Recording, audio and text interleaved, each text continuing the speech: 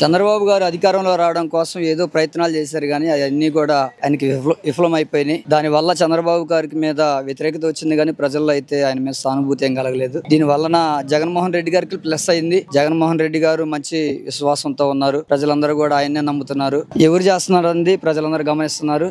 అది ప్రజలపైన వారి మీద అభిప్రాయం తప్పకుండా ఉంది. సిద్ధంగా ఉన్నారు. అలాగనే ప్రజలందరూ కూడా మంచి విశ్వాసంతో ఆయన చేసిన పరిపాలన బట్టి, ఆయన ఇచ్చిన ప్రతి పథకాన్ని బట్టి కూడా జగన్మోహన్ రెడ్డి వారి వైపే ప్రజలు మొగ్గు చూపుతున్నారు. ఎట్టి పరిస్థితుల్లో కూడా చంద్రబాబు గారి మీద అవిశ్వాసం తప్పితే విశ్వాసం అనేది మాత్రం కలగడం లేదు. దీని వలన ప్రజలు పథకాలు ఆపేస్తే ప్రజలకు ఏదో వ్యతిరేకత వస్తుంది అనుకున్నారు జగన్మోహన్ రెడ్డి గారి మీద. అది ఏ మాత్రం కూడా వ్యతిరేకత అనేది రావడం లేదు. అది ఎవరు ఆపారు అనేది మీ మీడియా మిత్రుల ద్వారా ప్రజలందరిలోకి వెళ్ళడం జరుగుతుంది. దాన్ని ప్రజలందరూ గమనిస్తున్నారు. తప్పకుండా జగన్ వారి వైపు ఉంటారు.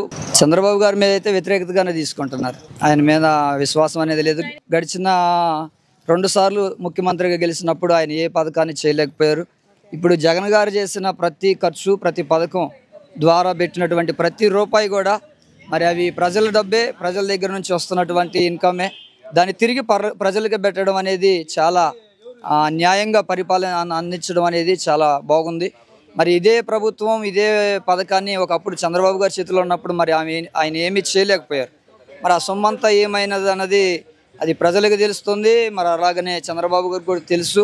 కానీ దాన్ని బయట పెట్టలేక, ఆ పరిపాలన అందించలేక ప్రజల మనసుల్లో ఆయన విఫలమైపోయారని మనకి స్పష్టంగా అర్థమవుతుంది. నమ్మే పరిస్థితులు అది లేరండి. డోక్రా రుణమాఫీ చేస్తానని, అంతకుముందు రైతు రుణమాఫీ చేస్తానని ప్రజలు నమ్మించి ఓట్లు వేయించుకొని పోయినసారి గెలిచినటువంటి పరిస్థితులు ఉన్నాయి. ఈసారి అయితే అలాగ నమ్మి మోసపోయేటువంటి పరిస్థితులు అయితే ప్రజల్లో లేదు. చంద్రబాబు నాయుడు అంటే కొన్ని అభివృద్ధి కొన్ని కంపెనీలు తీసుకొచ్చి చదువుకున్న ఉద్యోగస్తులు ఇస్తాడు. ఆయనకి అంత ఇది ఉందన్నమాట.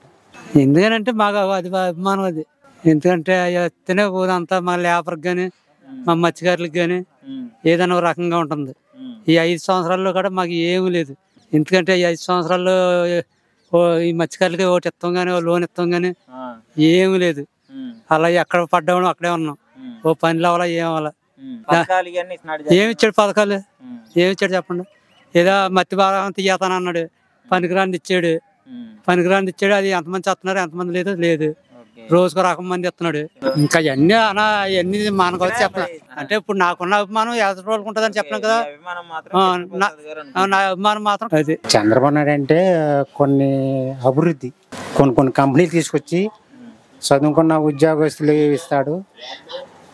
ఆయనకి అంత ఇది ఉందన్నమాట.